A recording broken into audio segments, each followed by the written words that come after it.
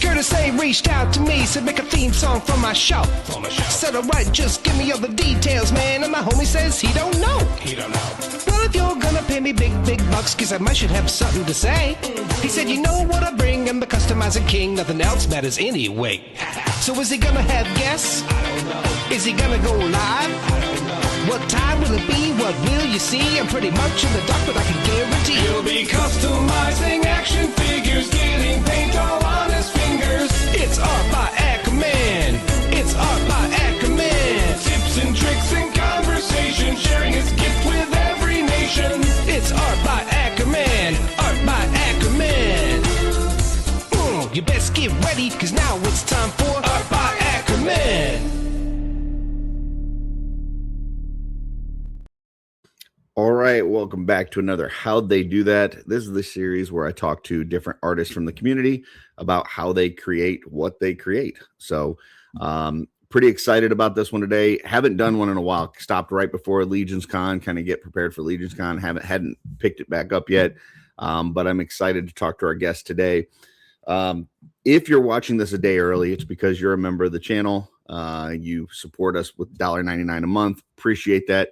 If you'd like to see these a day early and you'd like to be eligible for giveaways for channel members, hit that little join button at the top and you can become a member too. You'll be inevitable. So, but here we go. So we're going to talk to somebody that I think has done probably my favorite head in the last couple of years, and has just done a lot of stuff lately. I've seen a lot of kind of sales in the Cabal and stuff.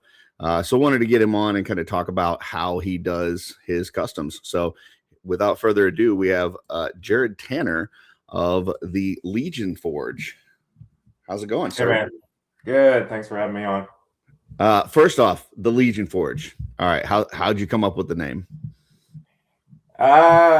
So switching, I've been doing 118 O-ring action figures for a few years. At the end of last year, I decided I want to try something new and looked into some different larger scale 112 and kind of fell in love with Mythic Legions, the whole pop and swap idea. That was a nice thing with using like old G.I. Joes and those O-rings where when I was a kid, we used to kit bash. So we take all the figures apart, connect them to other pieces and make new figures. So that's what I really liked about Mythic Legions.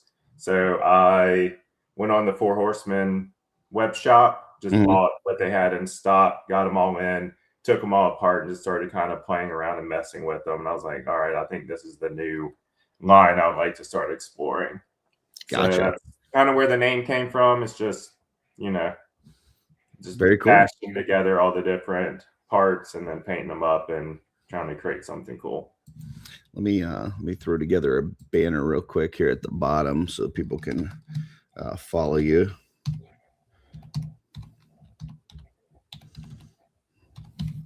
Should have probably done that beforehand, but let's see. We will throw that like that. And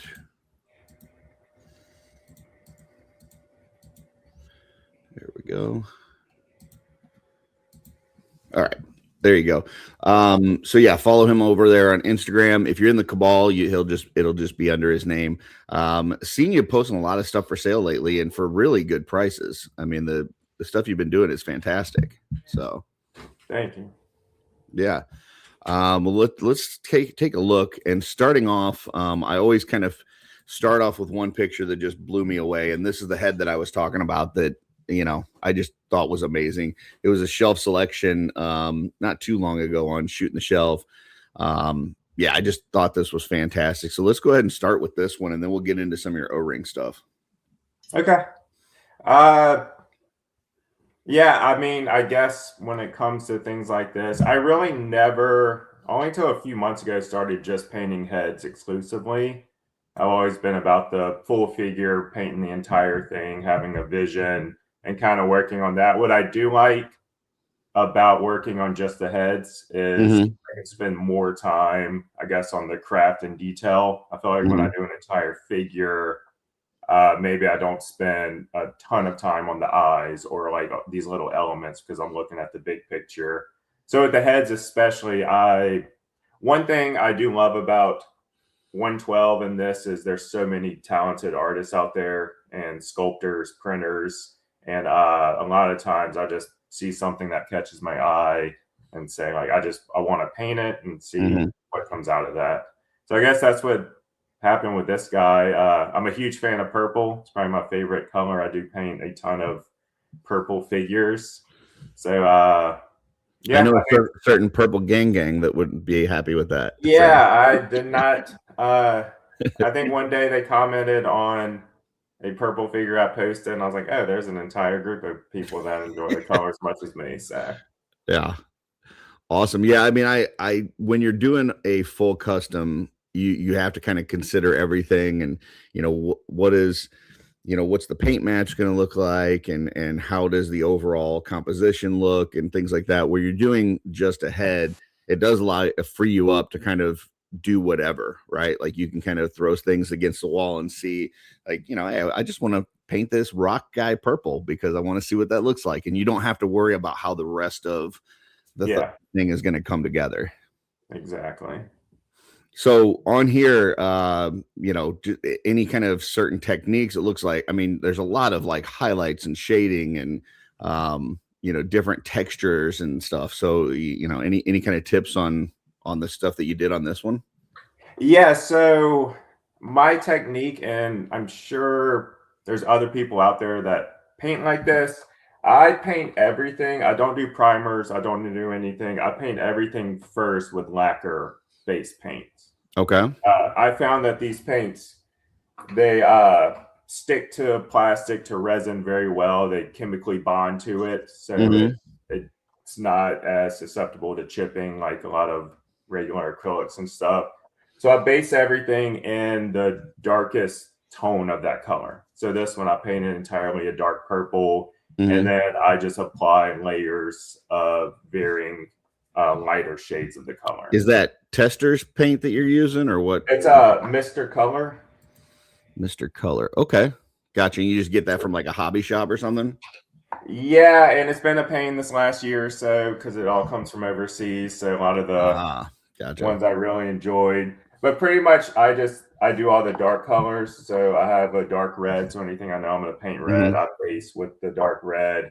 And then I use, just standard acrylics on top and just build up the different colors. You ever had any weird reactions, like if you're painting like factory pieces that it like gets gummy or obscures any details or anything like that?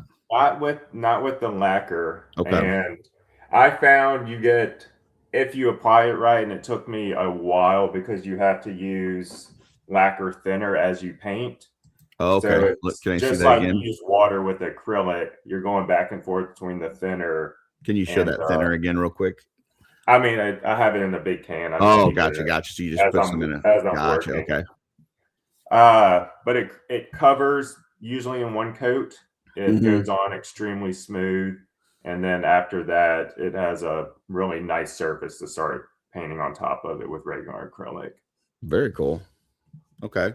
And so with this one, based the entire thing in a dark purple. Then I probably did 2 or 3 passes with a dry brush to kind of build up those highlights. And then for the beard, I just got into speed paints. I actually got into it because of one of your videos, I think from the end of last year. With Corey? I think that's him. He said he just bought like the basic kit of speed paints, and he said that's all he needs. So that's what I've been using. So once I build up all the layers and add the highlights, if I want something to be richer, I'll go in with a speed paint like I did on his beard.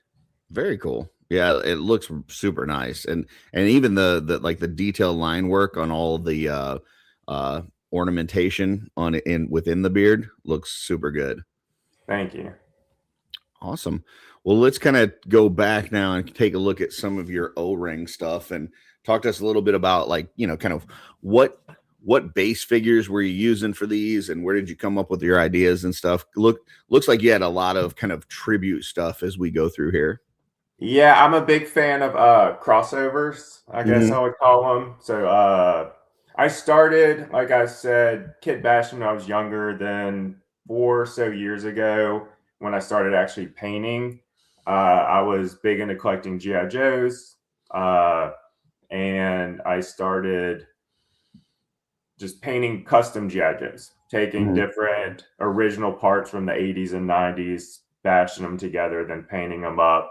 And over the years, some people were coming out with, custom sculpts and stuff and printing them specifically for O-Ren. There's maybe a handful of guys that do it now. Nothing like the 112 crowd. And that was a big reason I wanted to make the switch. They're just, the aftermarket parts weren't there. And then a lot of the parts I were using were 30 and 40 years old. So very brittle plastics. Can't tell you how many times I finished the figure, was putting it back together, and it just crumbled in my hand because the plastic was so old. Yeah, that's no good. So like these guys, I know all the turtles, pretty much all of them, their bodies down are original GI Joe parts. Okay.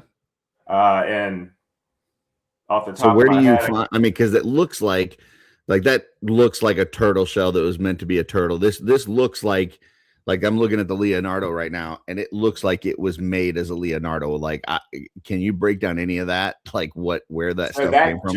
And if I remember correctly, it's a 1994 Star Brigade Duke action figure. Had that torso, but he actually had in the plastic was molded like some straps.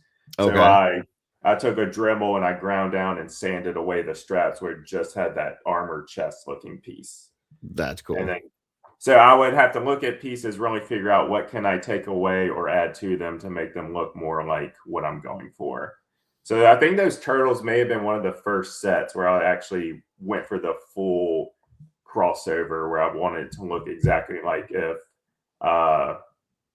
G.I. Joe, they put out a Ninja Turtles line.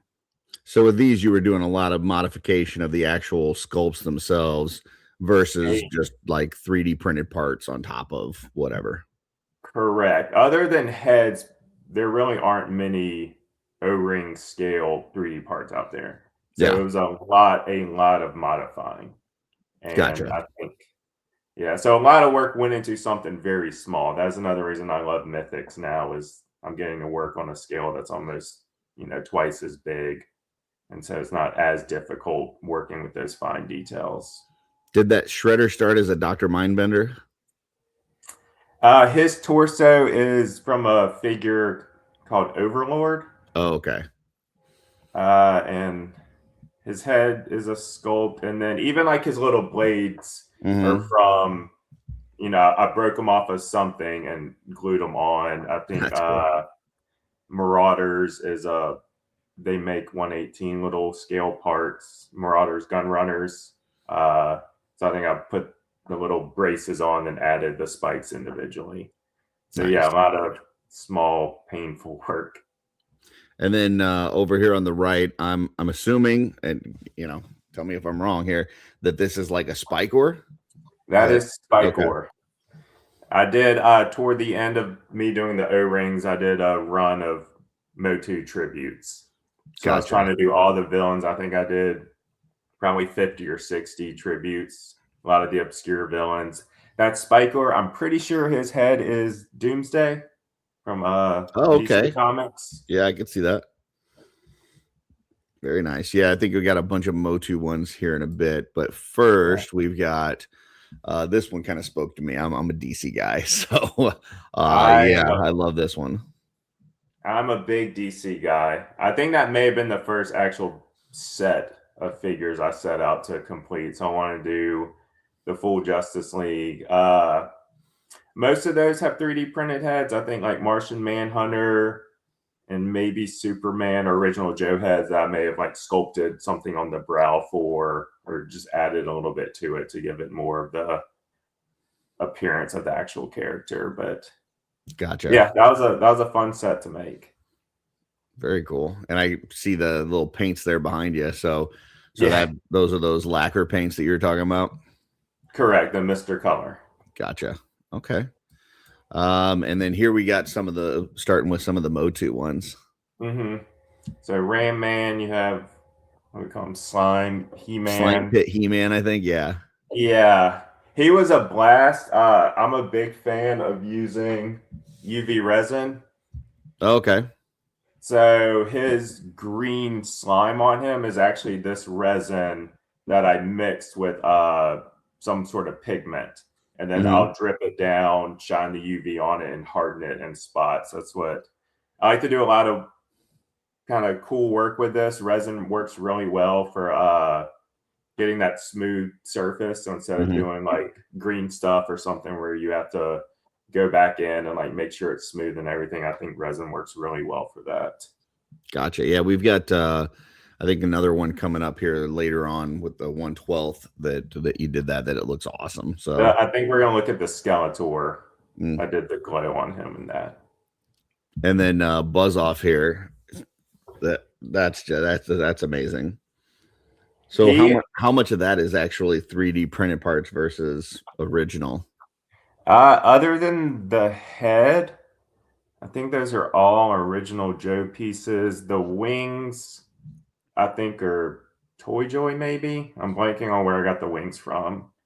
But yeah, that can't remember the figure's name. I know the torso is Noel something from G.I. Joe.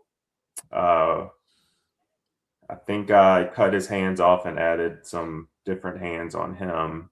The little shoulder armor. Yeah. I'm not sure on that.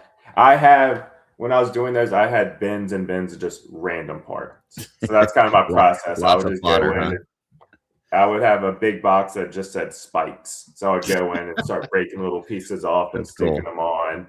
So that's kind of how I built a lot of those figures. And I know Ram Man, the head and the shoulder armor is 3D printed. Nice. And then we got some more here.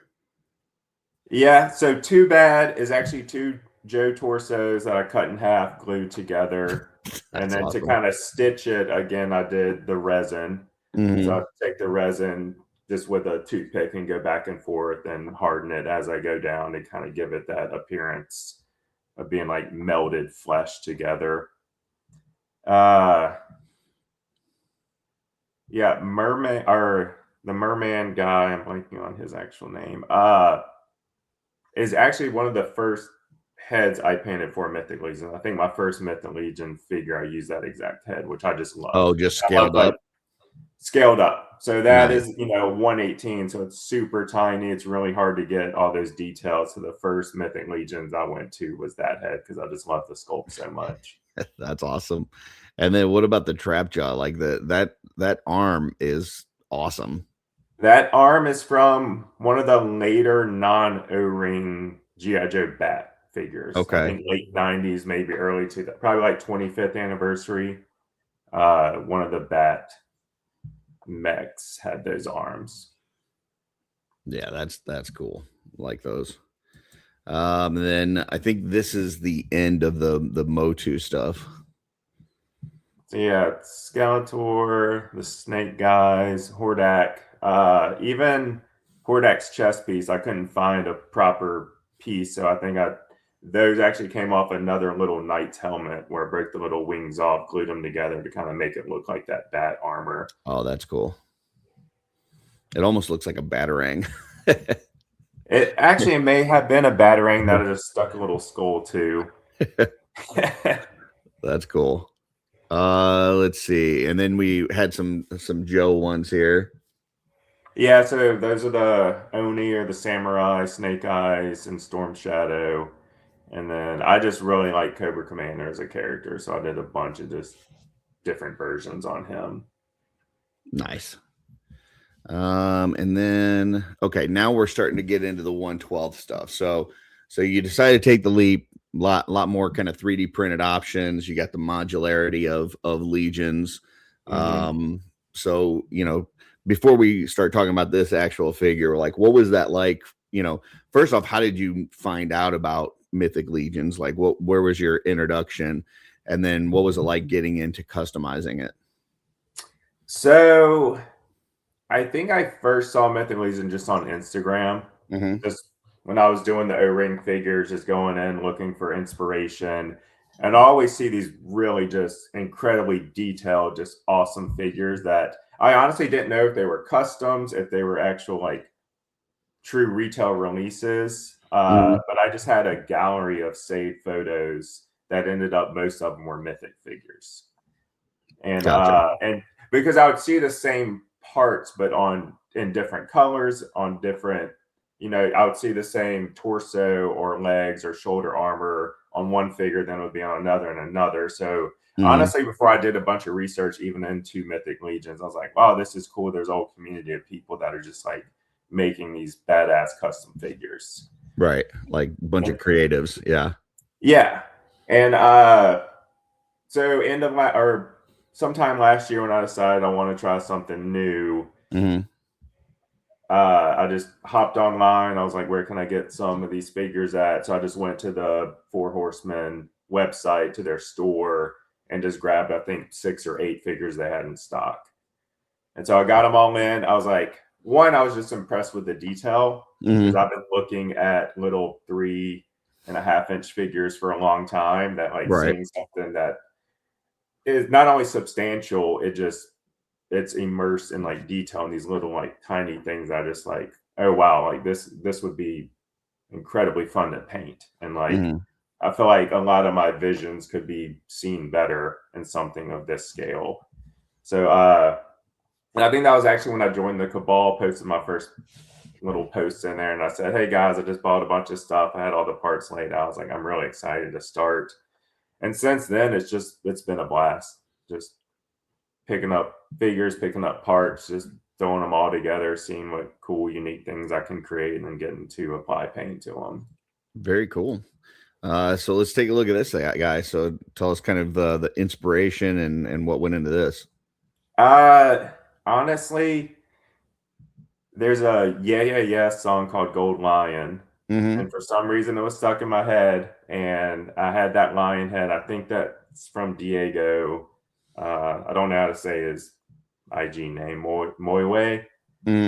He does those amazing sculpts. So I got that sculpt in, and I was like, I just want to do a really cool golden lion. And that was kind of it. I think I had that torso separate. I was like, well, the fur and the head, the torso match up. Yeah, it works well together. I would have thought that was a set. Yeah, I'm not sure. When I started, I bought just a ton of torsos, a ton of heads, just like try to like stock up on parts, and that's what all this is here. I just bought everything I could, because I knew that's my favorite way to create, is just sit down. All right, let me pull out a bunch of legs, a bunch of torsos, a bunch of arms, and start just sticking things together till something comes out. Gotcha. So that's kind of how it worked with this guy. So some of the people I talk to, they have kind of a clear idea in their head of what they want the finished product to look like. You're kind of playing with the parts, playing with the toys, and kind of seeing what strikes you. Yeah, and I really, as much as I can, I try to do with what I have, because I know in the past, like, I can get so hung up on if I don't have the exact perfect torso. Everything else is perfect, and it's like this one thing I'm missing. Now I have to go find it, I have to order it, I have to wait for it to come in. And sometimes I feel like that takes away from like just being creative and figuring it out. Right. So what I really like to do is create with what I have. Occasionally there may be sometimes like this figure cannot be complete until it has this one specific thing, but for the most case, that's why I like to do like more original things that don't like follow a specific another artist's vision, like another creator's vision. I just like to start putting together and kind of making it my own. Yeah, it's a fun little challenge to try to figure out how to use the stuff that you have to complete it. I know, like, I'm working on one right now that I was going to use the Bastet arms for, but her lower arms is all one piece. Like, there's not a spot for the bracer, and I really wanted to have bracers on this figure. So I had to figure out, like, okay, what lower arm could I use that I'm not going to have to worry about the like paint rub or that kind of thing that would fit that. And so I've just come down here and I start looking through my collection, and I'm like, well, the Hera looks like it would be a pretty good match. And then I checked it out. It was like an exact match. I'm like, okay, yeah. So I'm going to steal the lower arms from my Hera that's on display for this custom. I'm going to give that Hera the lower Bastet arms, which still work. and Yeah. and then kind of go from there. So yeah, it's kind of the same thing, but I'm not going through bins of parts. I'm actually stealing from stuff in my collection. Yeah, I've definitely done the same exact thing. That's awesome. So yeah, well, this looks great, and the added soft goods are just a nice little touch to finish it off too. Thank you. That is something I will say. I did not really do much with soft goods. Just they didn't. Nobody made them that small. So Right. it has been something I really have enjoyed with Mythic Legions in this scale. Is like all these amazing, like Joseph Connors and all the other guys making all these soft goods, experimenting with that, because that on top of actually putting the figure together, painting it adds such a higher level, I think, of detail to like a finished figure. Yeah, It's been really absolutely. fun to paint with those. Okay, this one I absolutely love the transition on the horns. So specifically want to hear about that, but then also I see like you've done a few of these where you're kind of taking inspiration from these cards and trying to bring them alive. So yeah, tell us a little bit about this guy. So I've always wanted to do magic related action figures. I think there's a handful out there. But working in this scale, I thought, all right, I'm going to give it a shot. I'm going to do some of my favorite planeswalkers. The one thing about Magic is every card is pretty much a new artist. So everybody has a unique vision on that character. So Gotcha. all these Magic characters that are, they have 100 different cards printed for that character, have 100 different artists. They have all envisioned it a little bit differently. So I thought that's nice, because if I'm creating this, I want it to be similar to the card, but it's still another artist's interpretation, if that makes sense. Totally. So yeah, I think I had the bull's head with just 2 horns. I added the 2 horns coming out the back, and then his bearded braid are from some Mythic Legion's head that I cut off and glued on to give him that beard. As far as painting, I do not do an airbrush. Just my painting style, I've always wanted to get into it, but I have little kids. Sometimes I come in, I paint for 5 minutes and have to get up and walk away. Yeah. So I've never experimented with an airbrush, which I would love to, because you can get amazing results. So a lot of those where they have that gradient from one color to the next is just layering dry brushes. Awesome. I think with something like that, I probably started in the middle at red, and I would dry brush down with the darker colors and then dry brush up with the lighter colors and just layered on top. So you had I'm assuming you had the black on the horns first, and then you're dry brushing the red and then going to orange and then going to yellow. Is that kind of how that worked? Yeah, usually what I'll do is like that exact horn, I'll do the bottom black and I'll do the top half red. So that way I do one transition from the black to the red, and then I'll start at the other end and work down. So I'll do a darker orange, a lighter orange, a yellow, and I think I tipped it in like a little bit of white. Gotcha. And then you just start kind of blending in between the transitions. Yeah. Gotcha. Yeah, I mean, it looks fantastic. And even the hands too. I don't have a close-up of the hands, but you can see kind of the same transition on it. Yeah. Yeah. And I will say with painting specifically, if I know I'm dry brushing, I'll always do that first, because I know like even dry brushing the hair on top of his head, his eyebrows, the rest of the beard, I would have done all that and then go back in and kind of how I paint darkers, especially blacks, is I'll go in with like a medium gray, paint the whole thing gray, and then just do a couple washes of black on top. So you still get a little bit of depth and highlights in there. So it's not just a solid color. That's a good tip. When I can go back in and actually dry brush to pick up those highlights. Okay. So that's the great thing about the washes is you can get the variations without having to go in again with a brush. When you're talking a wash, are you doing like watered down speed paint, or how are you doing that? Yeah, just okay. This is what I use this pretty much on everything I paint now. And are you Even, thinning that out, or are you just putting that straight on? it depends on how dark. So if I go with black, Mhm. occasionally I just use this to thin it. I The like medium. thinning Okay. more with the medium. I feel like when you do water, it changes the way it lays a little bit. Mhm. So I typically thin with the medium, but like for his head, I would have painted it like probably started with like a gray like this, Mhm. maybe have mixed the two to make it like a medium gray, and then Mhm. go over it with the black wash. Now, So are it you gets it. using a dry palette, or are you using a wet palette to paint with? I am using a wet palette, and I think I got the wet palette from you from one of your videos Oh, all right. because I had never used one before. Yeah. I've always used just these, Right. and it actually, honestly, wet palettes are the way to go. Saves me a lot of money because Mhm. I would just waste paint and it would dry. Because if I paint for 10 minutes, leave and come back an hour later, I got to get new paint. The wet palette's amazing because I can, if I had mixed, because I do mix pretty much all the paints. I don't really go straight from the bottle. Mhm. And I can just, the mixes just stay there as long as the palette stays moist. Very cool. And then this one I thought was awesome. Just looking at the different, like the parts, like using some of the bird parts with some of the newer parts on there. So yeah, tell us a little bit about this one. That may have been the first or second of the birds I did. Those Mhm. parts are very difficult to work with Yeah. uh, versus the standard mythic parts. The joints and everything function a little bit different. So having to Mhm. take them apart, take the pins out.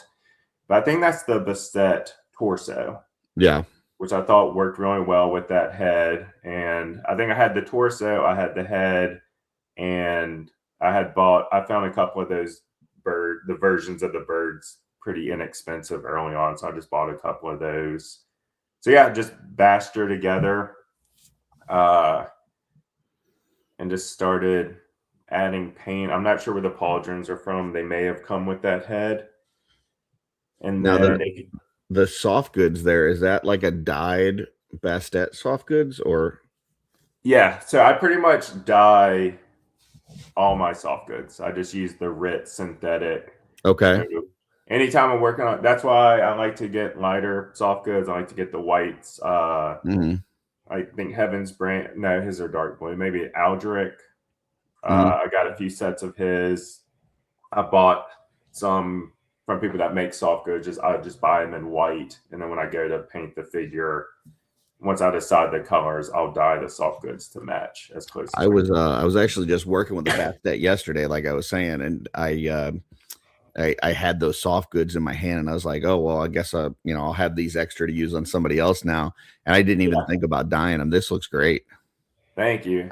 And yeah, that RIT dye, it's so I dye a lot of my soft goods, and I even dye parts when I know they're going to, if they're like this guy I'm working on right now. Uh, so I dyed his soft goods. These were the Aldrich, the blue Hmm. and white ones. Hmm. And then I dyed his upper arms and upper legs if I know they're going to stay, a solid dark color. Very So cool. I like to dye and then put it back together before I start applying paint, especially again, not having the joint rub and stuff. So Right. these joints really take that dye well.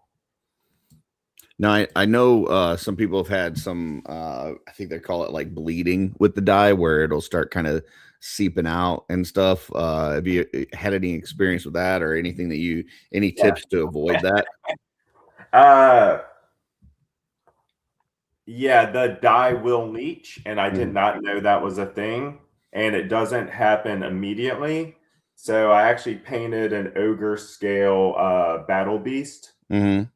and finished painting him. He looked great. I painted him in white, but I had dyed the plastic red because some of Mhm. the parts were going to be red, and I have difficulties painting red sometimes. So I was like, I'll dye it red and I'll just do the white on top. Mhm. Finished them, set them aside, and a week later, the white was pink. And it progressively got more and more pink till it was almost as bright red as the parts I hadn't painted. So I did some experimenting. If you dye the parts for too long, I think it just absorbs too much of that dye, and then it will slowly release. I found that if you heat the water more and do more of a rolling boil, it dyes it a lot quicker, I think, on the surface, and doesn't allow that dye to absorb as much. And then once they're dyed, take them out and scrub them in hot water and Dawn, and then let them soak for about 30 minutes. Gotcha. Okay. And then the last tip, I sit them outside in the sun for a few hours. That's the one I've heard, is put it out in the sun. So that's cool. So yeah, so scrub them, soak them, and then put them outside. Yeah. Cool. Good tips there. All right, this one's awesome. I love, first, the head looks fantastic. Great job on the paint job on the head, but then also the use of the lower body parts in here to just kind of finish this off and make it look perfect. Yeah, tell us a little bit about this one.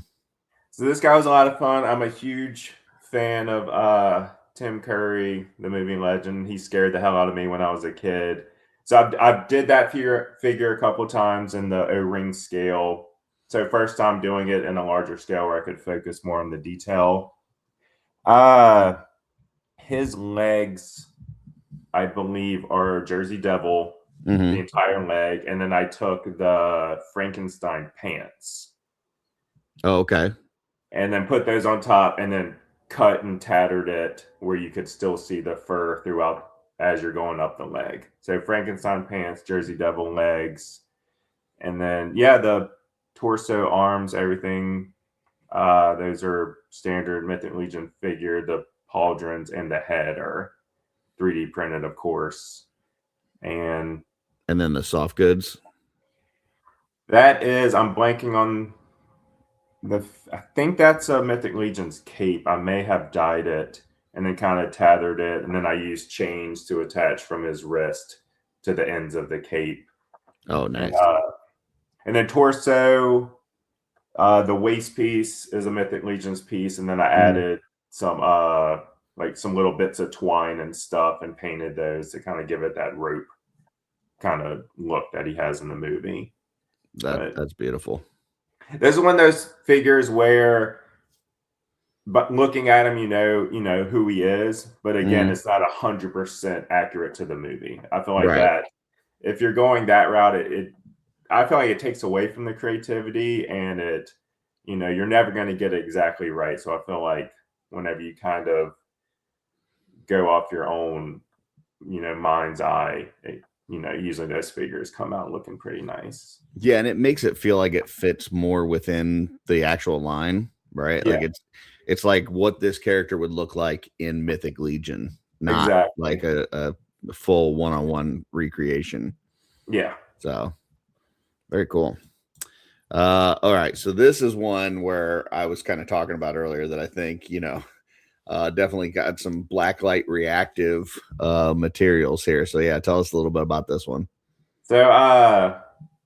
So I'm a big Mortal Kombat fan. I think in the smaller scale figures, I did over 100 variations on Mortal Kombat characters. So like you just said, imagining Mortal Kombat in the world of Mythic Legions, I just really like that idea. So I've done several now. I think Sub-Zero is my first kind of crossover. I think the parts just worked out for him, especially with that head sculpt. I forget which game exactly he's from, that particular mask and everything. The glow effects, again, are the resin. And then I pulled it out. So I use like the glow pigment. And then I'll just mix it in the resin. And then once he's all painted and kind of finished, I'll go back in with a toothpick, have the resin mixed up, and I'll kind of drag it in the directions I want it to go with the UV light, just hardening it as I go for him to give him that ice effect. Yeah, it looks fantastic, man. I love that. And 2 little drops in his eyes too to give his Yeah, yeah, eyes it's glow. definitely haunting eyes. So, and then yeah, this one I love it. A lot of the ones that you do with like very detailed beards come out looking fantastic. So I love this. I love the little loin piece there. Is so beautiful. And then all the detail work on this armor. So definitely wanted to talk about this one. So yeah, give us some insight on this one. Yeah. So this particular, I guess I would say, style of paint job is something new, and I kind of have been working on developing.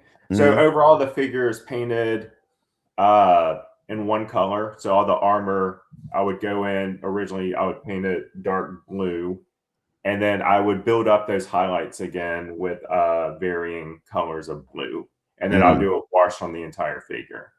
So it's kind of hard to see in the picture, but if you're looking at it in person, there's a lot of like deeper blues and shadows in the recesses. Once the entire figure has been painted, I go back in and I dry brush. And on this one, you can see the gold. So I dry brush a metallic right on top of the blue, and it gives it that kind of chameleon paint job, where as you turn it and the light hits it, you kind of pick up those different colors. Yep.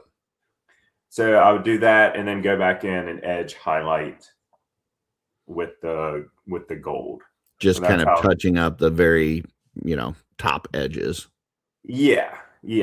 And again, there's so many amazing details in these parts. Like this is all, I think, Gideon, his bracers and pauldrons and everything is like going in and making sure like I get all those highlights back so you can see all the detail. Nice. What about the loin piece and then the beard on here? The loin piece, so how I got that gradient effect, so it's actually a little bit lighter blue moves to darker, is with washes. So I painted it blue, and then I would go in with a light blue wash the whole thing. Then I would skip up, 2 sections and do a little bit darker, skip up 2 more and do a little bit darker. So it kind of gives it that gradient. I actually have one. I don't know if you're able to pick it up, but kind of the same thing. I don't know if the light very cool hit it. So lighter purples, medium purples, and then darker purples at the top.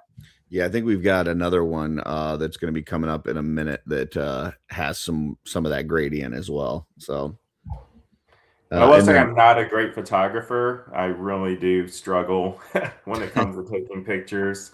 So a lot of times it's harder to see in my photos. What about the beard? Is that just a base color and a dry brush, or what do we got going on here? It's so that one I usually try to do a base color and do at least 3 different dry brushes, like varying degrees of lightness.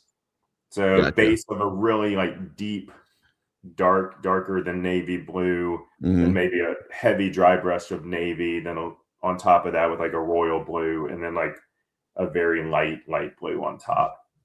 Just kind of build up those layers. Fantastic.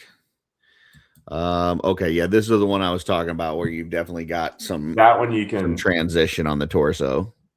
Yeah, so torso, the wings on the helmet, even the wings on the back, same thing. Based it all in a lighter purple, and then from the top of the torso, purple wash. Then I'll take that same purple, I add a half a drop of black, and then wash the middle, and then do the same thing again to wash the bottom. So it gives it that kind of even gradient. Yeah, and it really works well because it's like, the higher pieces you would expect are going to catch more light and would look a little bit brighter. The lower pieces are going to be a little bit more in the shadows and stuff and be a little darker. So it looks very natural. Yeah, I don't paint miniatures, but I think I got a lot of my painting technique and ideas from watching people paint miniatures. Especially when they do like the slap chop method where they'll just spray down on a figure so it leaves the under part dark, the top. Yeah, the zenithal priming. Exactly. So it has that, light direction effect. I think I kind of in my mind kind of think that way as I'm painting. Very cool. All right. So we saw the shredder in O-ring, and now this is the big guy. So yeah, and I wish I could put them side by side because again, like I'm loving all this detail to work with and just having the flexibility to work in such a scale. And yeah, so this guy, his torso, shoulders, lower arms, head, lower legs, all custom sculpted. I think Jason Demon Studios on IG, who's a brilliant artist, did this figure. So I added the arms, legs, and the cape. I'm blanking on where I got it from. I know I dyed it purple because it took me a couple shots to get the purple I wanted. But yeah, I think torso, I talked about painting black. So I painted it all probably a medium gray and just dark washed with a black wash, that lower part, and then a lighter wash on top to kind of pick up all those highlights. Metallics, I do stick to the lacquer metallics. I think they have a brilliant finish compared to acrylics, and they usually go on in 1 or 2 coats. So with golds and silvers especially, I'll do the entire thing in like one of these super metallics. And then I'll go back in and dry brush and kind of edge highlight to kind of give it some. The metal on here looks very reflective. Like it looks like the highlighted portions really look like they're catching light. Thanks. Yeah, I think especially when you have really sharp edges like that and you go in with like a really light silver and kind of just hit it. You can see that. But you have that darker silver and you go in and you hit all those nice sharp edges, you really get that effect of like the light just kind of bouncing off the metal. Very cool. And then do you clear coat these when you're done, or you just leave them as is? It depends. I will do the Mr. Color makes a clear coat. I find that the standard just Krylon flat finish or semi or satin finish works well. It depends on the surface. So metallics, I don't typically clear coat because I don't want them to lose that luster. If it's somewhere that there's going to be a lot of rub and like in the articulation, then I will. But for the most part, especially with that lacquer paint, it really doesn't require a clear coat. Yeah, I've found with metallics, if I do clear coat it, I then got to go back in afterwards and at least do a little, edge highlighting or even possibly another dry brush layer just to kind of bring some of that metallic look back. Yeah, it's kind of a tough one. Do you not clear coat it at all, or do you clear coat it and then go back and do some more work on it? Yeah, I do feel like it's usually not worth the paint rub. So if it's something I know, especially if it's like skin tone or something where I know it can either rub easily or get stained easily, I'll always clear coat those and just take the time to go back in. Because there's nothing worse when you finish a figure and all of a sudden on your nice skin tone that you worked hours on, you just have a big smear of something that you can't get that's that rough. off. And then okay, so we've got the merman, which you talked about earlier. So I definitely want to get into that because you talked about wanting to upscale that and paint more in the details. But before we do that, this like Too Bad-esque Cringer and Panther, this thing is wild. So I gotta know about this one first. So yeah, I think I just had that torso. That's the ogre scale, which again, going from super tiny to now I'm at 10 9 inches. Yeah, it's pretty wild. I'm not sure exactly how that one came about. I think I may have done a 118 version similar to that back when I was doing the Motu crossovers. but yeah, I love big cats, and I love purple, and I think purple and green are a great combo. So I just thought, wow, those would probably look really good, like side by side. When I finished it, because I'm from Louisiana and I grew up celebrating Mardi Gras, I got a strong Mardi Gras vibe Oh from yeah. purple, green, and yellows, which he has the yellows in his stripes. But yeah, it was a blast to create that I guy. even like the armor on the lower leg and the waist piece where you have like the kind of battle cat color armor on the one side Mhm. and the panther color armor on the other, and even like the stripes, the battle cat stripes on the side. Just huge attention to detail there. Thank you. And then what about these heads? Because at first I was like, oh, they're different heads. Like one's definitely got mouth open, one's got it closed, but they're Yeah, similar enough that it works. I forget the artist that sculpted those. They're two different head sculpts. I think one either had longer like braids coming out of his beard. I had to cut off and kind of refinish those areas so it would work. Mm. Uh, but yeah, I love those sculpts so much. I've done the smaller 1.0 scale as well. And that you've mentioned the sculptors a lot. Are you then printing these yourself, or are you getting the prints from other people? I buy the prints. Okay. I wish I had the time to set up and learn how to 3D print. But I just get it from the big guys and the Cabal and like Rocket Fist. I get a lot from, uh, and I just buy them where I can. Awesome. So all right, so now let's get over these other two and let's start with that merman, because I know that's one, you did in the 3 3/4 that you were then talking about, upsizing it. So what was that like, kind of doing the same head but in the different scale? Honestly, it was a blast. It was not as difficult on my eyes. I Yeah. really I love being able to actually see the detail in something that typically you don't see a ton of detail when it's half the size. Mhm. That was the first Mythic Legions custom I did, and it's wearing the Savage Crucible armor. So Mhm. at the time, like I mentioned, I just bought a bunch of parts. I had read online that Savage Crucible kind of worked with Mythic Legions, not 100% pop and swap. So I just happened to have those parts, had that head, and I said, okay, let me just stick all this together and then see what it's going to look like. Nice. Yeah, that looks beautiful.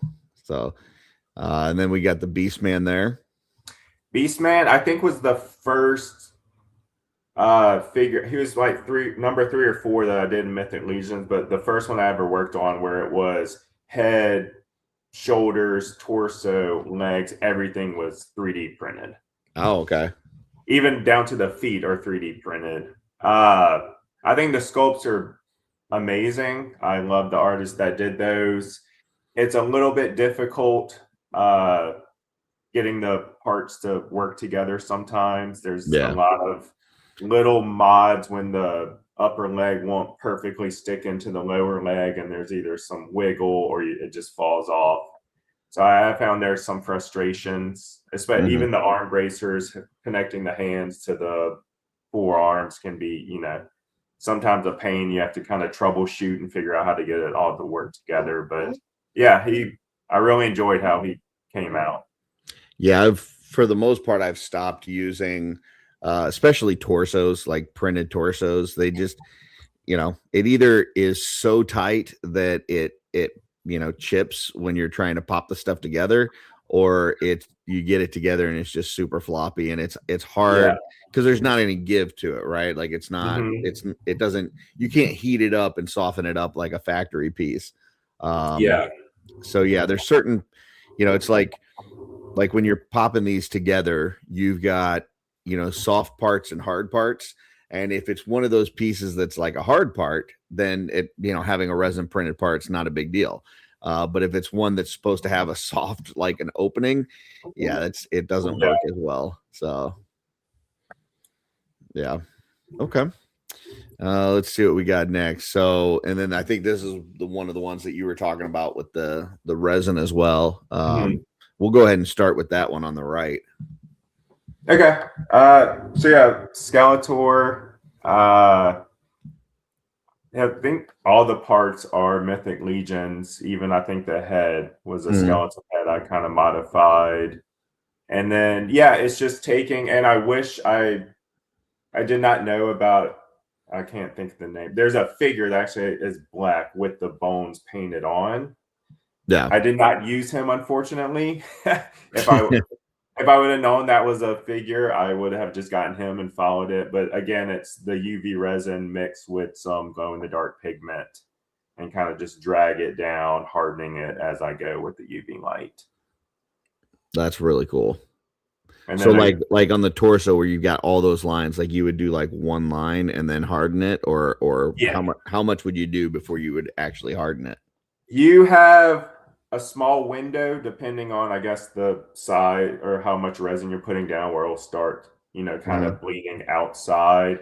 So I think I would probably do like one bone across the chest, harden it, and then it's very easy to kind of like blend it back and the liquid back into the harden. You just kind of drag on top, and it'll lay down and kind of seamlessly form back to itself. Gotcha. So a little bit of a learning curve using resin like that, but I think you get some really fantastic results. Oh yeah, it looks fabulous. So thank you. And then this would probably be my son's favorite. You got the little Bowser one here. So yeah, tell us a little bit about that one. I think I had that head and I said, this kind of reminds me of Bowser. Let me see if I can make it look more like Bowser. So I added the horns. Even his little eyebrows came from another Mythic Legion's head. I think maybe Jacob Marley's hair. Or it actually came from the genie. The genie. Oh, okay. Figure. So I put those as his eyebrows. That chest was a Savage Crucible piece that just so happened it was all armor that if you put it on that torso and then painted it, it looks kind of like the front undershell that he would have. And then on the back, he has the spike shell shield, which I just attached to the little wing adapters. I love those. If you're making something to fit the back, you kind of shave it down, glue it to whatever you want. And that's the great thing about Mythics, that it has those extra holes and stuff where things are easy to kind of place in there. Yeah, I've actually got a figure with a set of I'm attaching a set of wings that are not Mythic wings. And it had just like one solid piece to attach to the back. And so I just dremeled out an opening, put a wing adapter inside of it. Yeah. And I finished it off with some green stuff and everything. And so now it just attaches like any other Mythic Legion part would. Yeah. So, I love that. Yeah. I've done that with the gargoyle, the NECA gargoyle, the wings. I'll take out the little tiny pegs out of the back of the actual gargoyle figure and then drill holes, stick those in the Mythic Legions figure, and that way the wings just plug in perfectly. Very cool. We got one more slide here. So I know you had already talked about some Mortal Kombat stuff. So yeah, talk to me about these guys. So these are, I've been calling it the Mythic Kombat figures. Okay. If the world of Mortal Kombat, Mythic Legions kind of combined. Scorpion, Reptile, and Noob Saibot. I've always been a fan of the color swap palette ninjas. I think Mortal Kombat was the first video game I actually like played and took seriously when I was a kid. So I like how they have evolved from being all the same character with different colors to their own unique characters, unique, backstories and everything. So yeah, thought it'd be a lot of fun to, try to redo these guys in the Mythic Legion style. I love that. I mean, other than the torso, there's not a lot on here that is the same, but they definitely feel like they fit together, like there's you did a good job of making these feel like they're all part of the same like toy line. Thanks. Yeah, it looks really cool. Thanks. And I did want to, let me move us over to the side here. just because I wanted to show those feet on the on the reptile. Oh yeah. Yeah, I thought that was cool. Just the addition of the arms and hands and feet, just kind of finishes that off. So Yeah, yeah, those look great, man. So appreciate it. well, that is the last slide that we've got. So obviously, like I said, this whole segment, the how they do that segment, is about encouraging people to get out there and paint and play and have fun. Any tips that you would have for folks, whether it's going from O-ring scale to 1/12, or just getting started in painting in general? Yeah, I think you just have to start playing around and experimenting. That's how I kind of got into it. I watched a bunch of tutorials. I tried to get tips from people, but it wasn't really until I just bought the paints and started putting paint on plastic that I really started to actually figure it out. Mm-hmm. There's a ton of trial and error, but I think the thing is just don't get discouraged. Just enjoy the process. If you start out thinking it has to come out a certain way, and from the beginning you're kind of defeated with your results, I think a lot of people, that's when they just kind of stop. With any type of art or anything, practice makes perfect. Mm-hmm. So again, just enjoy it. This community is amazing. I've met a lot of great people, a lot of support. Any questions, reach out to me. I'm always happy to talk to people. Troubleshooting if something's not working, if you're trying to figure out how to use a wash or a different style of paint, like just ask, because people are going to have the answer and help you get over those little hurdles. Awesome. Yeah, I think this was super helpful. At least for me. I'm hoping that it's helpful for everybody else, because I've never used lacquer on a figure before. I've never even talked to anybody that has. So that was interesting. I might have to kind of test out and try some of that. I mean, the results are definitely fantastic. So you're doing a great job. I've seen you selling a bunch of stuff in the Cabal. Do you have any plans to be at any shows or having a table somewhere? Yeah, so I've never done a con before, so I'm going to be doing Carver Con. Oh, nice. In July, so I'll be there. I'll have my own table. Corey Shortenhofer, Steve Howard Mom on IG, me and him are going to be collaborating on a couple of things. Very cool. So really excited for that. And then I would love to be at Legion's Con this year. I was going to go last year, had some family stuff come up. So my goal was to be there as a vendor or just as a guest. But yeah, that'd be fantastic.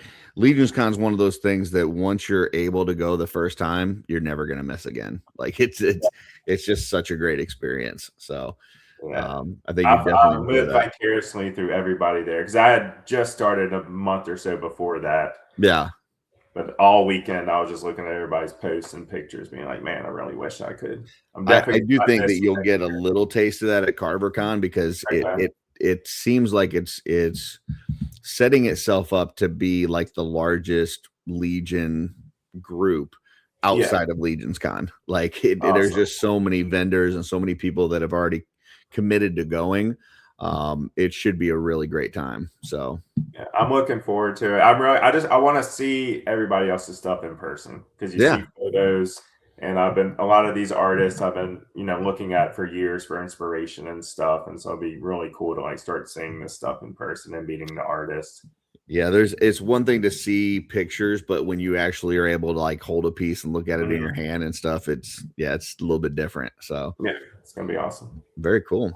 All right, well, I'm gonna put you backstage. If you've got to go, totally understand. If not, hang out. I'll be right back with you as soon as I close it out. Okay, thanks, Curtis. Right. Yep, thanks for being on. No problem. All right, folks. So there is another How They Do That segment. That's Jared Tanner. Once again, at the bottom there, at TheLegionForge on Instagram. So go ahead and give him a follow. Be on the lookout in the Cabal. He's got a lot of great stuff for sale. And check him out at CarverCon, hopefully at Legion's Con this year. So hopefully you guys picked up some good tips and tricks from this. If you have any questions, feel free to throw them in the comments. If I can answer them, I will. If not, I'll pass it off to Jared and see if he can help you out. Do respond to all the comments and questions. So, like I said, don't be afraid. Throw it out there. And until next time, folks, keep creating.